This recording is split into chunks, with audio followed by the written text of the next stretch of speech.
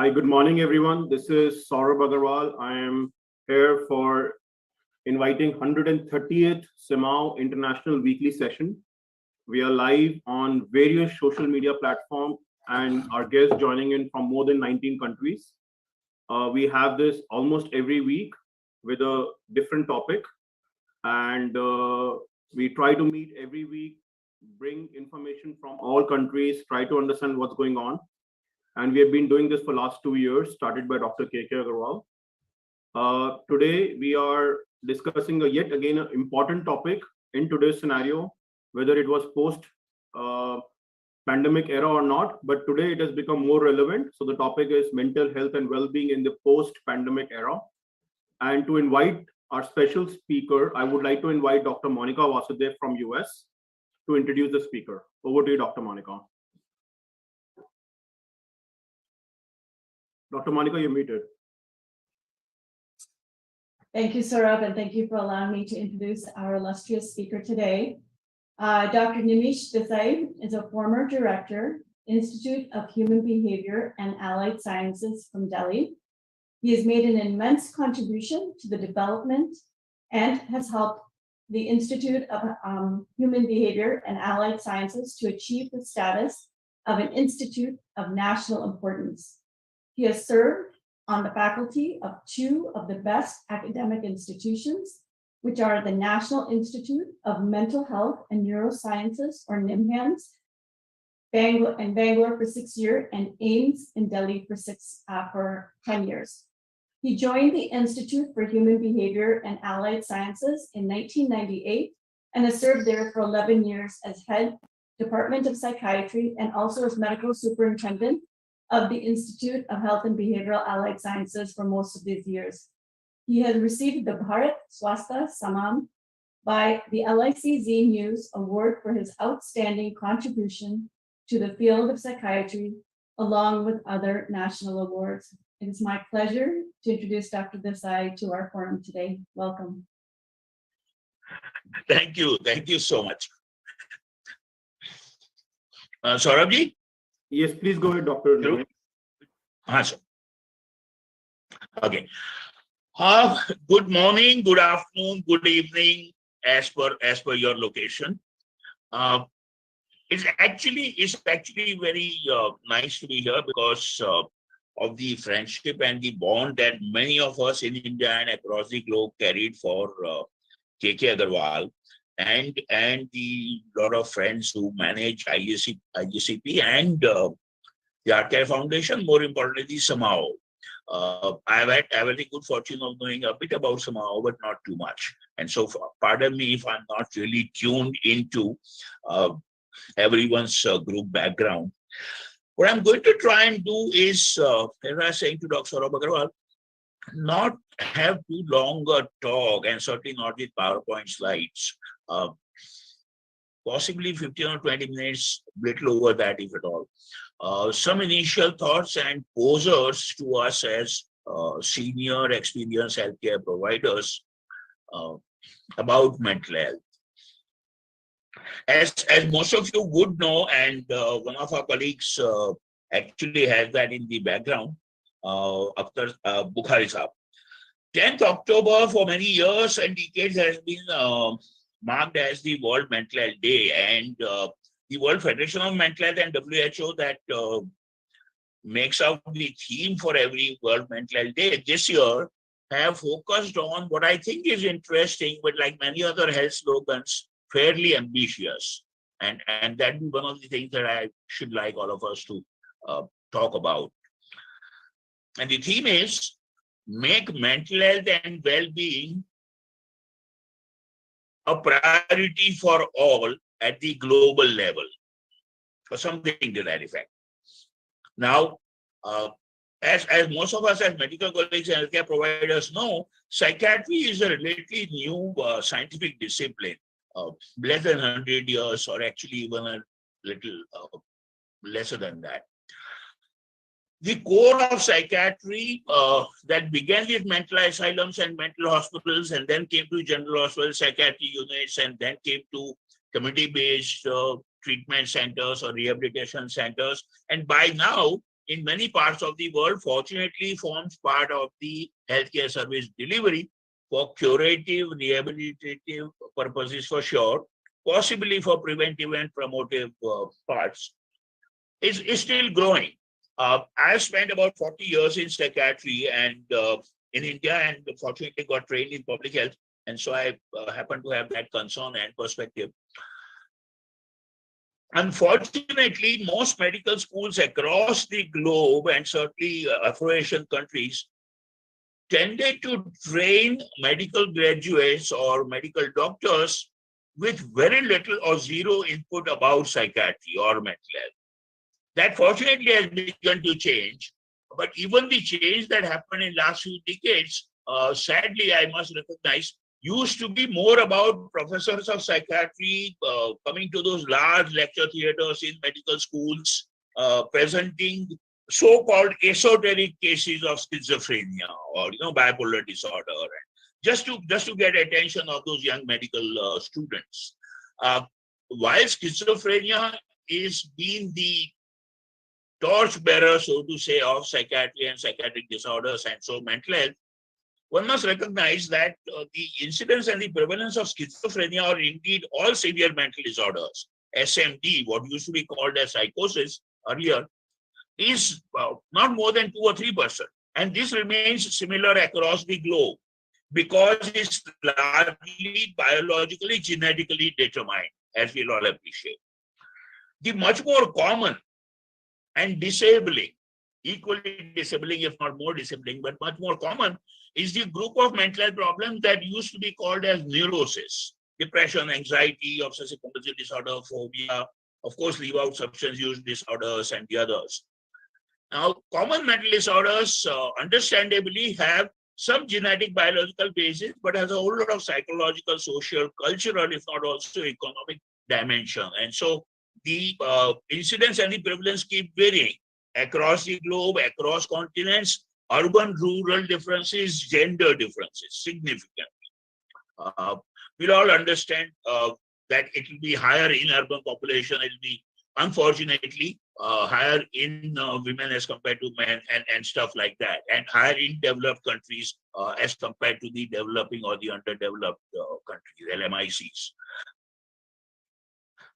Sadly, the medical education across the globe till rate has been, I believe, still lacks emphasis adequately on this one aspect of common mental disorders. For medical doctors to recognize, identify, and be able to treat or refer cases of depression, anxiety, phobia, obsessive compulsive disorder, alcoholism, tobacco, things of that nature.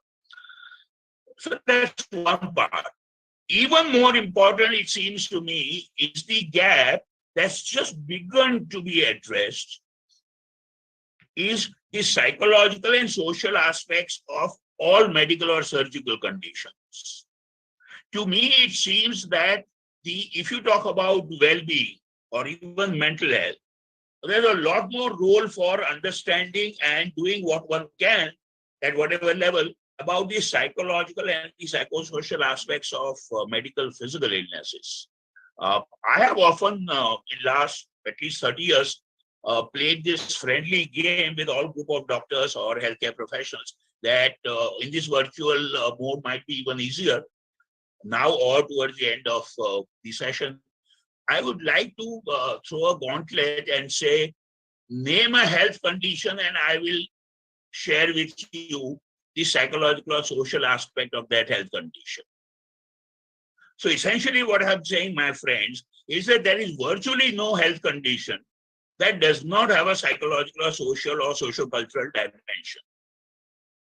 And yet, despite the Flexner report of 1910 in the US and all the reforms that medical education has had, including social behavioral sciences, has kind of remained inadequate or more in theory than in actual practice and learning. I'm starting with that because I do believe, and like many of us do in psychiatry and mental health, regardless of the number of psychiatrists and mental health professionals being inadequate, being adequate, or being more than adequate in different parts of the world, not just for the lack of numbers or the strength that we get in numerically, But for a lot of other reasons, if we in psychiatry and core field of mental health wish to carry the message of mental health to the community, to the populations, it will have to be through our medical colleagues and all healthcare providers. And so I individually tend to take every such opportunity that I have been fortunately provided today to flag these points that I have done till now, and maybe I'll flag a few more, and to see if one can carry some of you or more than some of you to a higher level of involvement and participation in carrying mental health message to the society. So that's first part of my set of remarks. The second, one must briefly recap, is that there are, like I said in passing, there are significant differences in the prevalence of diagnosable psychiatric or mental health problems across the world. The global figures, most of you or some of you will recall, have been 1 in 4. And so like Dr.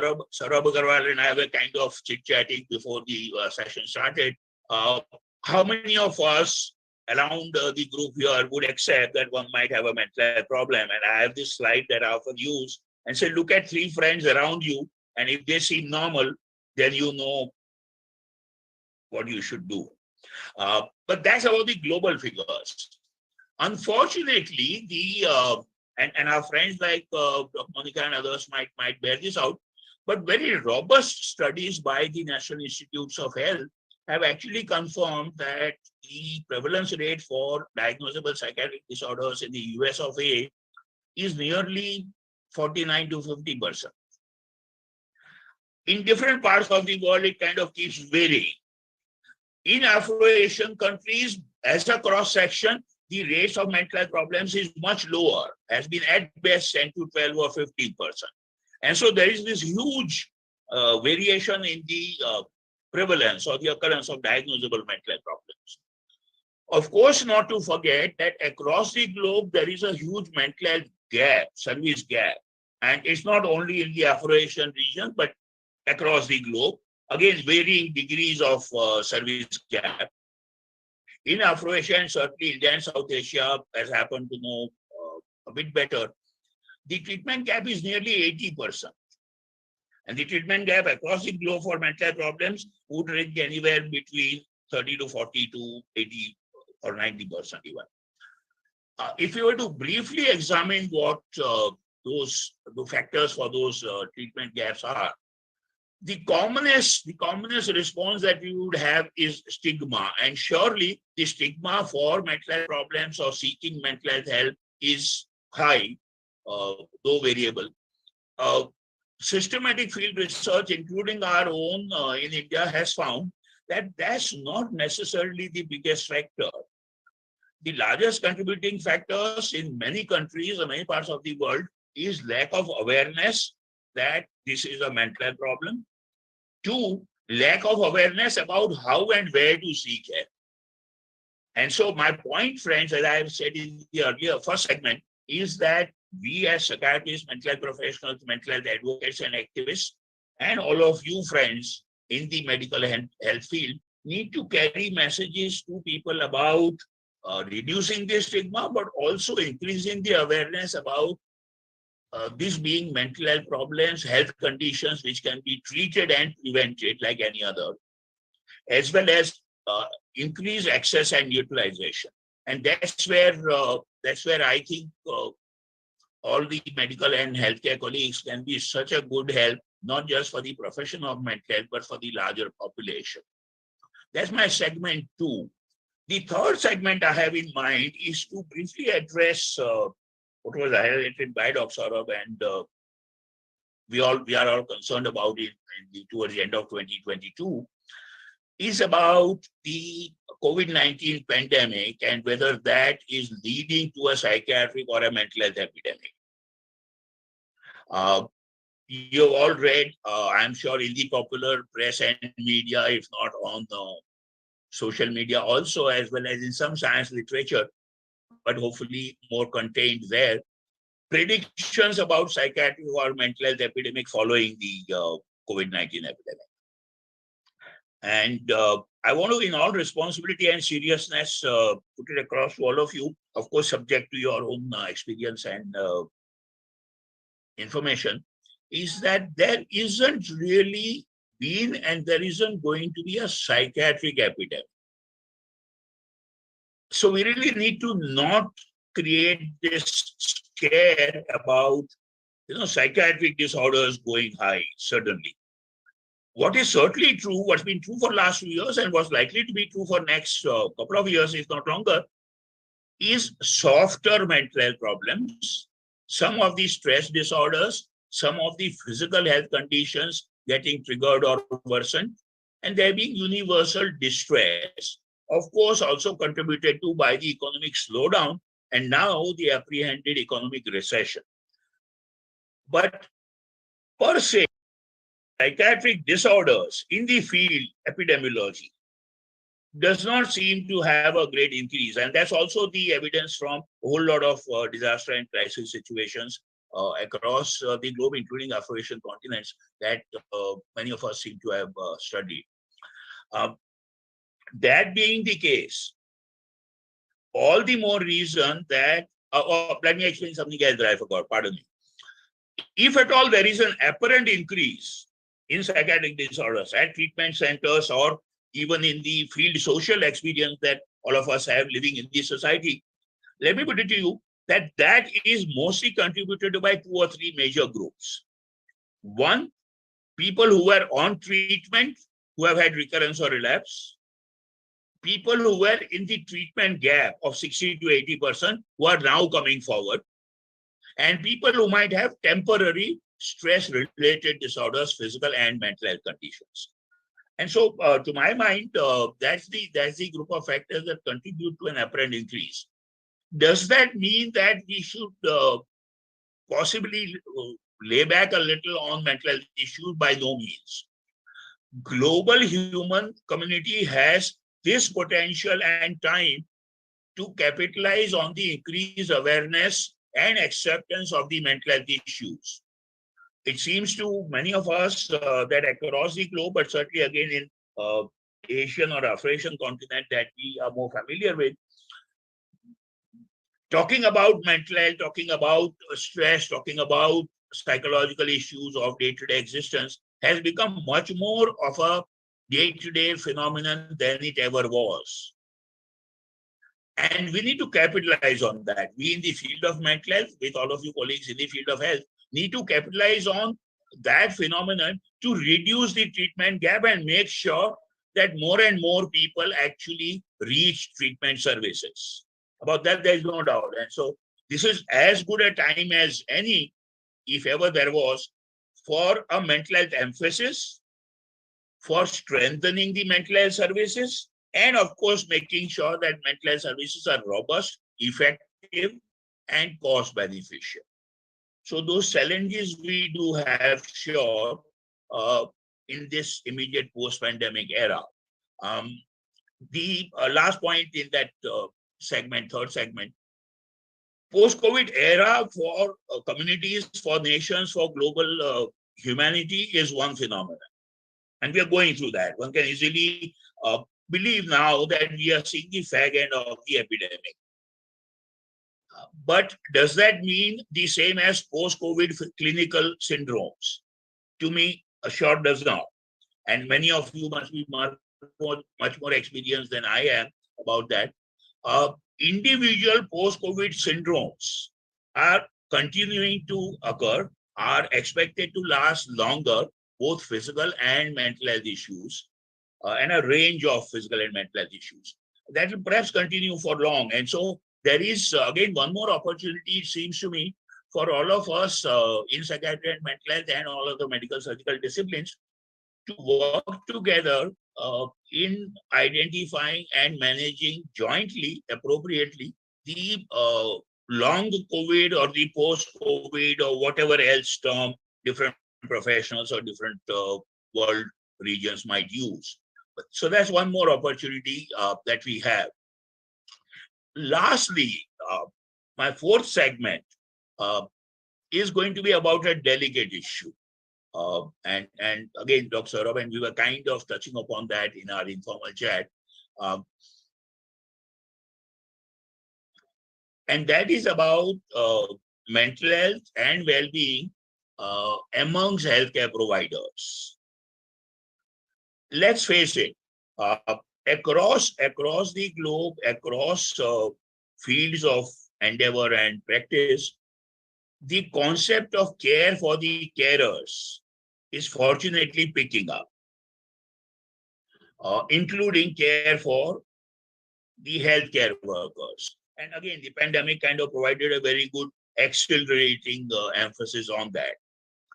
And yet, when it comes to mental health issues, most of us, healthcare providers, medical doctors, other healthcare provider groups, and unfortunately, psychiatrists and mental health professionals, even a bit higher, seem to have a fair amount of issues about accepting mental health problems or seeking help.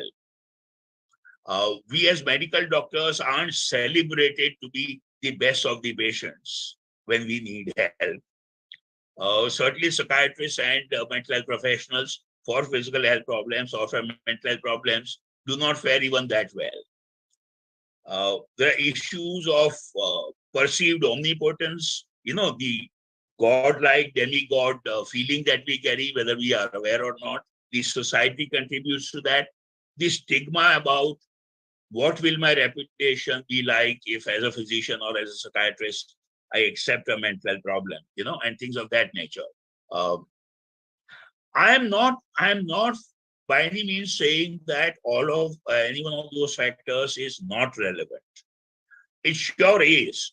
From stigma to the apprehension about what it will do to one's reputation and work and all the other factors that we mentioned.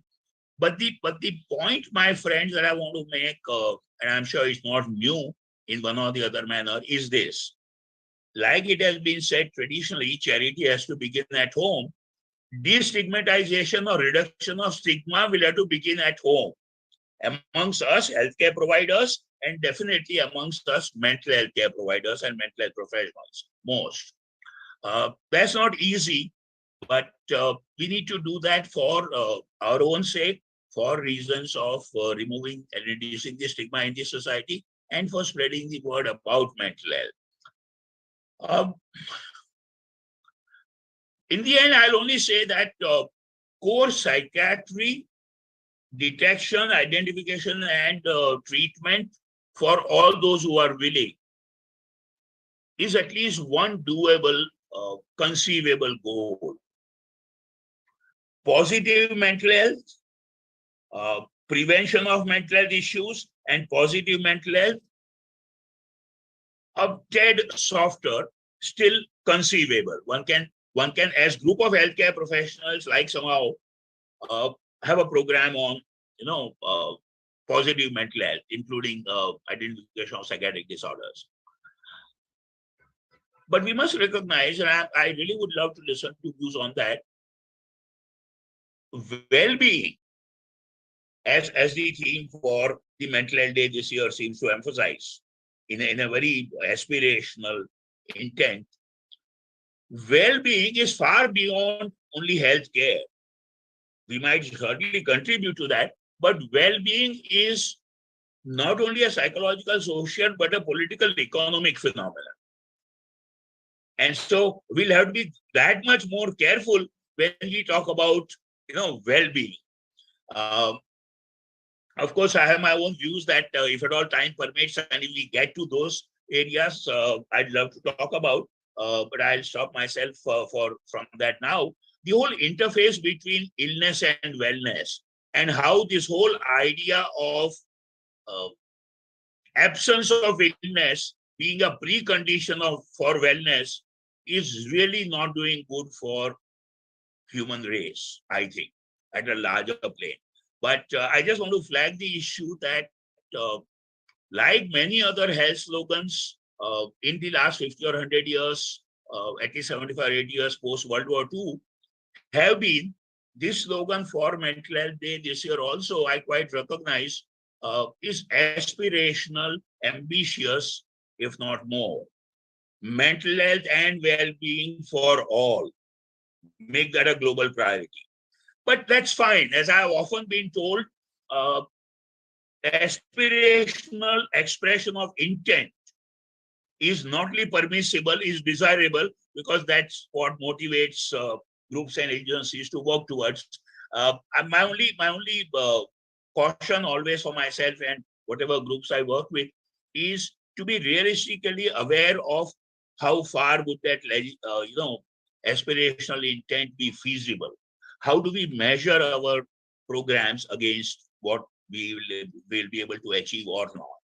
And so to that extent, the softer areas of positive mental health or well-being aside, but for sure, the science of that we have to say, with all humility but assertion, that so much with the help from basic neurosciences and psychopharmacology and social sciences, three, that today treatment, at least effective treatment for almost all mental health problems is possible.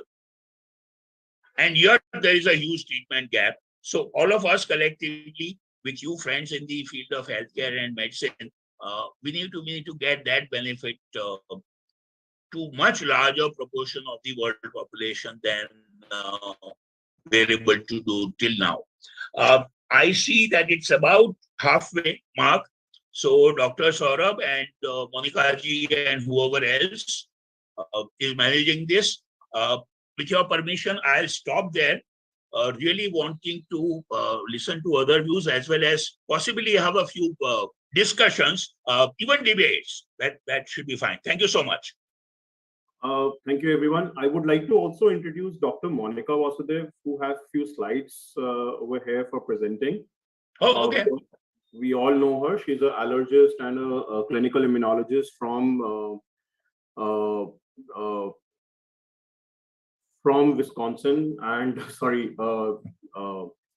she's a fellow from American Academy of Asthma, Allergy, and Immunology, and a fellow of American College of Allergy, Asthma, and Immunology. Sorry, I'm not well today, so I just lost the screen. Dr. Monika has a few slides before we can open the round for question answers. Dr. Monika, here you are. Thank you so much, Dr. Desai, for your fantastic introduction to the main concepts of mental health on this Mental Health Day. And I think this is of significant importance of two reasons, two-pronged approach. One is when we're talking to our patients, it doesn't matter what field we're in, their mental health is going to affect our ability to provide care. And then second is our own mental health. We have all gone through something incredibly significant that has changed the way that we have lived our lives, and we have not gone back to what we considered a pre-pandemic normal. If I may, I just put together a few slides as you were speaking, just to kind of re-emphasize some of these important points that you had made.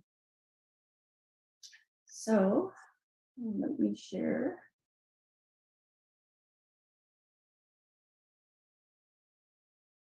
Okay, so this is just looking at, you had mentioned about the statistics about the mental health burden in the world, and I'm going to give you some statistics that was provided on a Johns Hopkins website on what the condition is in the US. So mental health disorders account for several of the top causes of disability in established market economies, such as the US, worldwide, and particularly include major depression, which is also known as clinical depression, manic depression, which is also bipolar disorder, schizophrenia, and OCD. And this statistics shows that 26% of Americans 18 and older, or 1 in 4 adults, suffer from a diagnosable mental health disorder in a given year. And many people suffer from more than one mental health disorder at a given time. In particular, depressive illnesses tend to co-occur with substance abuse and anxiety disorders. And I'm sure that we can recognize what is being said here in the patients that we've seen and in the society that we live in. Approximately 9.5% of American adults 18 and older will suffer a depressive illness, major depression, bipolar disorder, or dysthymia each year. Women are nearly twice as likely to suffer from major depression than men. However, men and women are equally likely to develop bipolar disorder. While major depression can occur at any age, the average age of onset is in your mid-20s. With bipolar, it affects 2.6% of Americans who are 18 and older in a given year, with the average age of onset of the first manic episode in their 20s. Most people who commit suicide have a diagnosable mental disorder, most commonly a depressive disorder or a substance abuse disorder. 4 times as many men than women commit suicide. However, women attempt suicide more often than men. The highest suicide rates are found in Caucasian men over 85. However, suicide is a leading cause of death in adolescents in ages 15 to 24. 1% of Americans are affected by schizophrenia. It first appears in men during their late teens or early 20s. That's in the majority of the cases. And in women, it first appears in their 20s or early 30s. 18% of women, or 18% of people age 18 to 54 have anxiety disorder in a given year. These include panic disorder, OCD, PTSD, generalized anxiety disorder, and phobias such as social phobia, agoraphobia, and specific phobia. I'd like to bring your attention to a few key papers that came up in the field of mental health, especially as it relates to the pandemic. So this was published in The Lancet in November 6th of 2021. It's called The Global Prevalence and Burden of Depressive and Anxiety Disorders in 204 Countries and Territories in 2020. And what you can see here is an infographic summarizing their findings. On the left, you see cases of mental disorders rose sharply during the pandemic, which we have all seen and witnessed. There was major depressive disorder that was felt to be 53.2 million in excess of the baseline of 193 million due to COVID. And in anxiety disorders, you can see an excess of 76.2 million over a baseline of 298 million. Here they show that the younger people were the hardest hit, and it was due to the additional prevalence was due to COVID-19 by age, and major depressive disorder, as well as anxiety disorder. Increases were higher among females than in males. In this graphic, what you can see are the different age groups on the y-axis, as well as the prevalence or the excess of anxiety disorder, major depressive disorder, that were at baseline, and with the additional anxiety disorder and major depressive disorders that you can see here in the center, in both males and females. So we all know that the pandemic had a significant impact in the mental health of the world. In this paper, they said that there were 2 specific factors that impacted the presence of mental health disorders. One was the daily SARS-CoV-2 infection rates, and 2, the reduction in human mobility. That increased prevalence of major depression and anxiety disorders. Females were more affected by the pandemic than males, and also were the younger age groups. And I think this is just a very quick summary to show what we had been observing during the pandemic. They also looked at people who were calling into helplines. People who were given these helplines, these phone numbers to call if they had any mental health concerns. And then this was also published as a way to review what had happened during these phone calls. And what you can see here on the right was a daily change in phone calls from time before the pandemic, before the started red line, the onset of the outbreak, and then you can see around like 6 weeks after the onset of the pandemic that the daily call volumes had increased. And what were these calls regarding? So what you see here is in the pre-outbreak share, you had fears, loneliness, suicidality, and addiction. And then you're looking at the post-outbreak change with these specific parameters, and it was the fears and the loneliness that you can see was the highest cause of change in percentage points in terms of the number of calls. You also, Dr. Desai, mentioned about the impact of mental health and the pandemic on our mental health. And so this is another infographic. This was something that was published out of China, and they looked at 1,300 healthcare workers who were in the front lines of the origin of this virus. And what we found was that 50% reported symptoms of depression, 45% reported symptoms of anxiety, 72% distress, 34% had insomnia. And so what they did, or they recommended, was offering resiliency training, looking at the issue with a systematic approach, increasing access to care. And again, Dr. Desai, you were talking about the stigma associated with seeking care, especially in healthcare providers, and changing that shift of culture.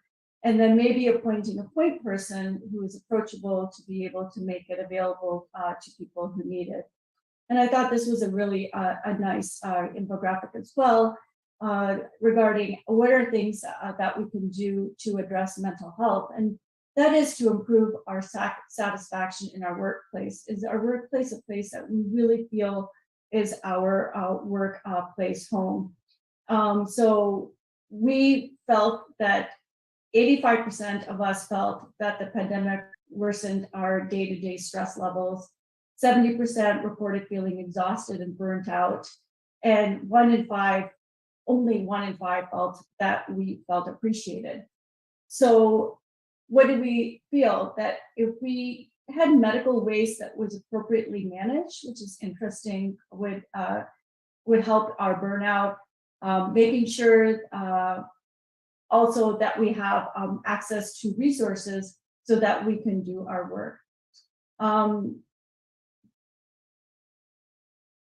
I just wanted to supplement what you had said, and I hope you enjoyed those slides. Thank you, Dr. Monika, for the add-on on the topic, which was more important.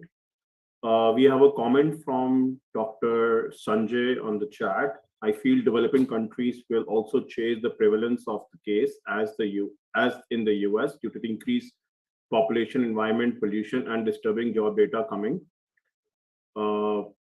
in future. Any new occurrence of the new pandemic may accelerate the prevalence of the mental disease in the community.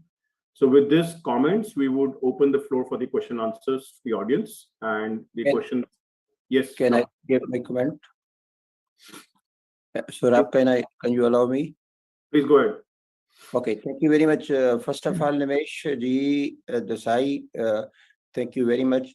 We remember the name of very good Prime Minister of one of the good Prime Minister of Morarji Desai. He won the highest award from the Pakistan. Thank you very much. Similarly, very nice talk and very nice, Monika. And thank you. You are always hit the ball around the sixers. Thank you so much. My one suggestion and question to you is that in Pakistan, we saw so many mental disorder during the COVID period. The main was the stigma, the depression, and anxiety. We are hearing from the news and some that after 2 years, a very large, a very serious infection is coming, and that infection will I think, result in a lot of mortality. What message you will send to the healthcare providers in all countries, especially we like developing countries?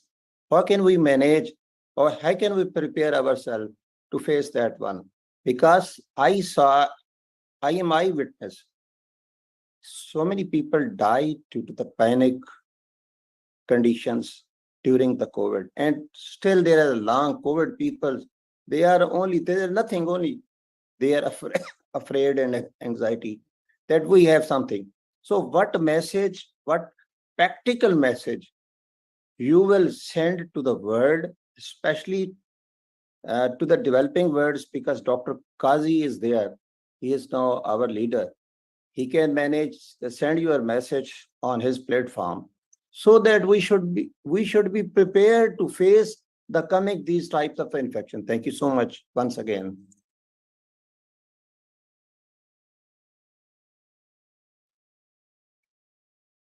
Dr. Desai not hearing.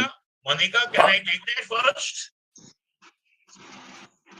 Please go ahead. Okay, thanks, sir. Sorry. Bukhari sir, great question. I'm going to try and again be as concise and to the point as possible. I must admit that in the last 2 years of the epidemic, at our in-person or more virtual meetings in the country or in the region, my generally positive message by persona, by science that I know of disaster mental health and behavior has been toned down a little. I agree with you, and I corrected myself in 2021 that in India, South Asia, Afro-Asia, and the world, during the second wave, which occurred at different points of time in the world, there was much more of a trauma and so immediate post-traumatic disorders, acute stress disorder, as we say, as well as depression. In 2020, I wasn't too keen or willing to believe that. Sure, 2021 played havoc with the psychological experience of a number of things, many of us. And yet, I do believe that without respect to the American science, and I'm so glad you mentioned Kazi साहब CMAAO के अगर की position पे हैं तो हमारे ये message पहुंचा सके. Across the globe and certainly in Afro-Asian developing world that you and I are more concerned about, the resilience at individual level, the family systems and the social support systems actually work much better. But that's this is a time, pandemic is the time for us to all unite in the world besides recognizing regional differences. Human resilience is larger, certainly in Afro-Asia and South Asia, it's even better. If I may pontificate, possibly seemingly a little, what this epidemic has taught us is these few things. Human race. One, health is important. In that, mental health and behavior is important. Two, till now, many of us in the field of public health and behavioral sciences were keen to get across the message that individual health depends on your behavior. Your health status, my health status, Monika's health status will depend on what's our lifestyle and behavior. Now it has gone a step further. Communities and societies' health status will depend on how the collective behavior is. Right? Because of the transmission of infection, because of the other effects. We need to get that message across more strongly to individuals, communities, and nations, and say lifestyle and behavior being appropriate, health appropriate, is the most important thing that we need to do, even if there is going to be, God forbid, another severe, strain of the virus. Three, I really believe that what this epidemic has taught, and many of you are actually more experienced and directly connected, I believe, science can meet the urgent needs of healthcare as effectively as it used to earlier in a long-term care. See, vaccine development, treatment innovations used to have a lag period of 5 or 10 or 20 years. Human race and some parts of the world particularly responded so promptly that time lag from innovation to implementation actually came shorter. And although we lost many lives and a lot of millions of people and families went through trauma, one can only imagine if what the scene would have been if the medical and basic science had not responded as well as it did. See, I do believe that we sometimes tend to forget in the experience of trauma the positive aspect of what science has done. So the positive aspect of science, the contribution of healthcare field in actual ground implementation is something that should give all of us as human beings, and certainly in some parts of the world, more confidence to face future challenges if there are. Allow me this, sir, PTSD particularly. I really do believe, and I mentioned the American science and with genuinely due respect, is PTSD to my, and I've trained in public health. I've examined this fair bit besides our fieldwork in India. PTSD, while a valid clinical entity across the globe, is in the American setting largely a political economic phenomenon. Let me give an example. After the Gujarat earthquake of 2001, that most of you might recall, at least when I mentioned, we not only got into the field very early for service delivery, but we did a 8 or 9 year follow-up up to 2010 of 35,000 population. And no long-term PTSD, my friends. There is by now, I think, besides our own work and my own work and conviction, there is a fair bit of, if not strong evidence to believe that PTSD is a strongly socio-culturally relative concept. Sure. Our individuals and our communities manage post-traumatic effects very, very differently and better. So we don't need to be too scared of PTSD. Acute stress problems, yes, sir, including worsening of healthcare. Monika, Yeah, please. thank you, Dr. Monika, thank you. You also shared the 2 links. And I am always blessed that before any of my talk in Pakistan, your talk helped me in preparing the good talk. Thank you very much. You shared the 2 links, very beautiful links you have shared. Thank you very much. Hi, I wanted to highlight the second link that I had posted, and I'm just going to share my screen again, just so you can see what this is. And so what you see here is a document from the American Medical Associations, what physicians can do to address their mental and behavioral health care needs within their practices. And I'm going to scroll down here. Feel free to feel your feelings, employ coping strategies, perform regular check-ins, take breaks from the news and social media. I'm sure we've all been overwhelmed by the negative information in the news. There's a lot going on that make us all feel very sad about what's happening. But I want to draw your attention about taking care of your staff. Whenever we provide any sort of healthcare, we always do it in a team. It's not just the physician, it's the physician and the extenders of what we do, we do it together.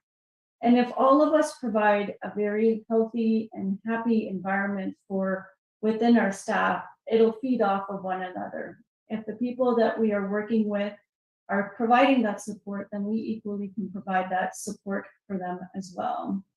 And it's important that whenever misunderstandings or issues arise, that we call it out right away, we deal with it right away, and we don't let it fester. If we then take care of ourselves, we then have a much better chance of taking care of our patients. And that is what we all have done and what we will continue to do, because this is the oath that we took as we became physicians.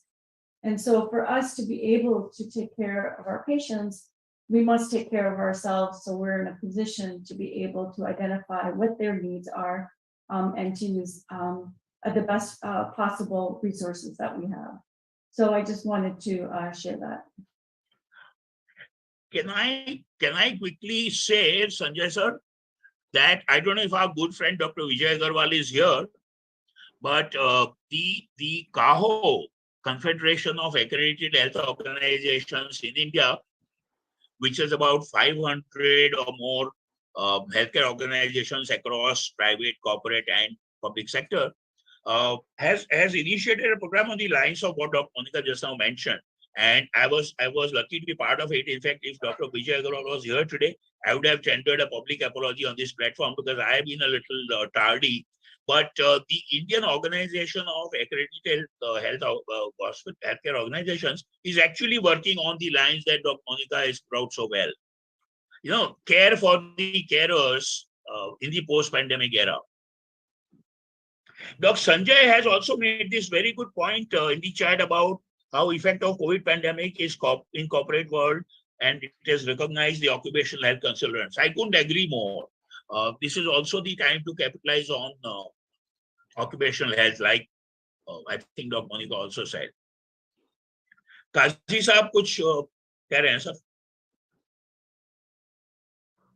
Okay, thank you very much. This is Kazi Vasudev. And first of all, I would like to thank Dr. Desai for a very wonderful talk he's given. And of course, Monika, as usual, updated us with the vital data from around the world. I would like to share some of the facts which I was reading yesterday. I was reading the WHO postings yesterday, and especially on the occasion of this Mental Health Day. According to WHO, an estimated 12 billion work days are lost annually due to depression and anxiety, costing the global economy nearly $1 trillion, a huge amount. Then 2 new publications which aim to address this issue are published yesterday.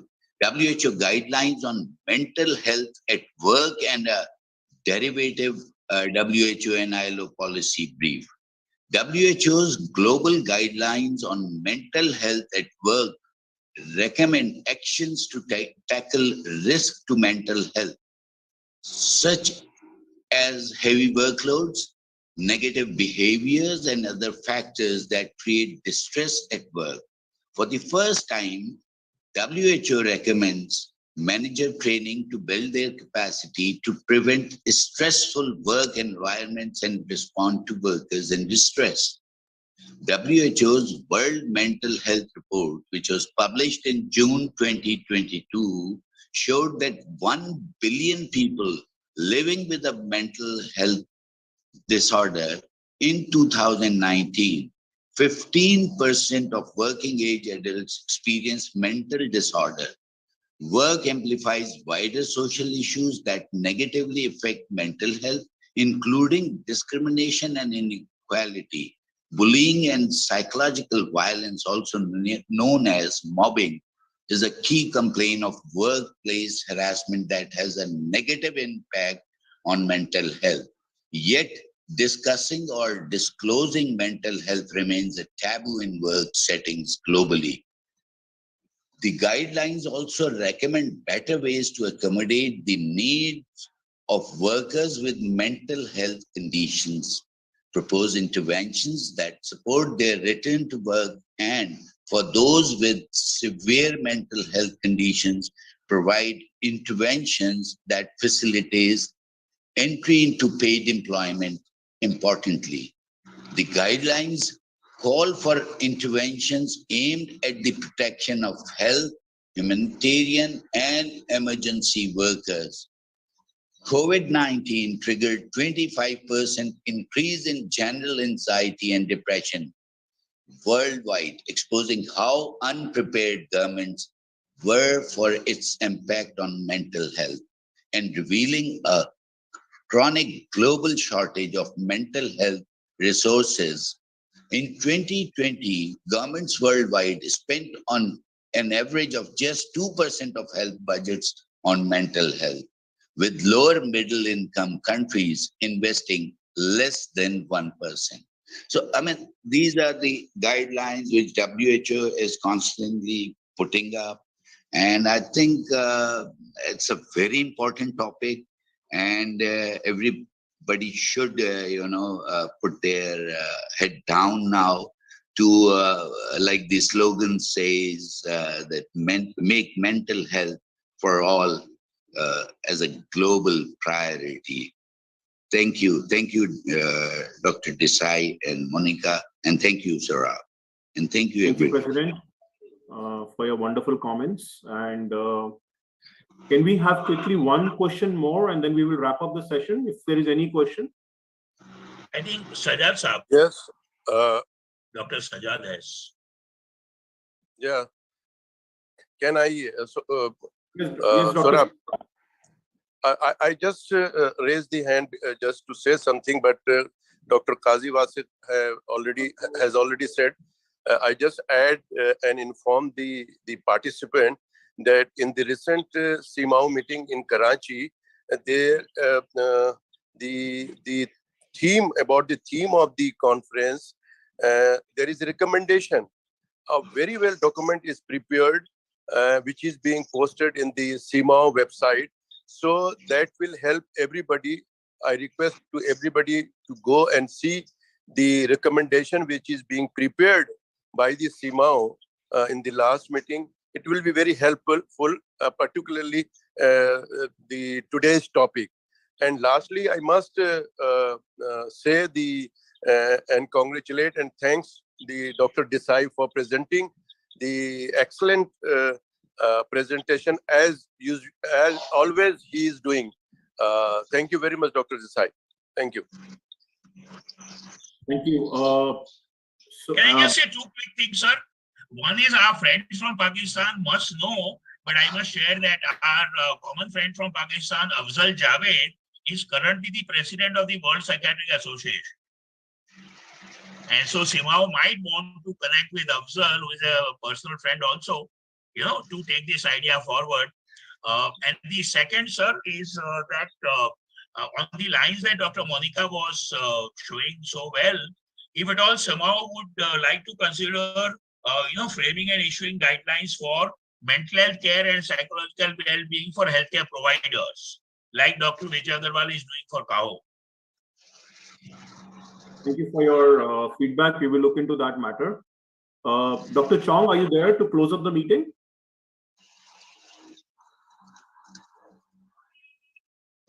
Yes, I'm here. Hi. Hi, Dr. Chong. Hi, everyone. Hi, President. Hi, Dr. Sajat. Hello, Hello, good Hi. to see you. Hi, Dr. Desai. Thank you for that Hi. beautiful presentation. Morning, And, sir. Morning, afternoon. yes, thank you for the beautiful presentation. And sorry I came in a bit late. And always a pleasure to see everybody here. And this World Mental Health Day is really quite important. I think mental health is really a neglected child of medicine everywhere. In Singapore, for example, one of our permanent secretaries of Ministry of Health has said that we will be lacking psychiatrists, psychiatric beds, psychologists, and psychiatric nurses for the next 50 years in Singapore. So yeah, so all this is really quite rings a bell and strikes a chord with all of us. A long neglected child. My own boy is in Monash in Melbourne doing psychiatry training. So I have some vested interest in this. So, but nevertheless, it is something that we should continue to push and to remind our constituencies and of course our governments that mental health is really, really one of the big frontiers that we have yet to make a dent into. Dr. Sajat, you have something to say? His hand was raised. No. All right. Otherwise, thank you very much, everyone. Yeah. Thank you very much, everyone, for this wonderful meeting. And it's good to see everybody again after our recent trip to Pakistan and Karachi. Dr. Bukhari, good to see you. Thank you very much. Thank you. Any parting words from our president? Thank you. Saurabhji, thank you. It was wonderful to meet you in person here in Karachi. It was wonderful meeting. We love you. Love you all. And we missed those who could not make it. Desai साहब हम आपको पाकिस्तान एक दफा देखना चाहते हैं. Welcome. I was going to say, भाई एक बार लाहौर आया हुआ हूँ मैं. I have been to Lahore once. I live in Lahore. I'm sitting in Lahore. Lahore is so good. और ये मीटिंग हम मिस कर गए अगली बार. Inshallah. So Okay. with this note, thank you everyone. We will wind Thank you, up sir, this meeting. Saurabhji. And Monika, great meeting you. I'll connect.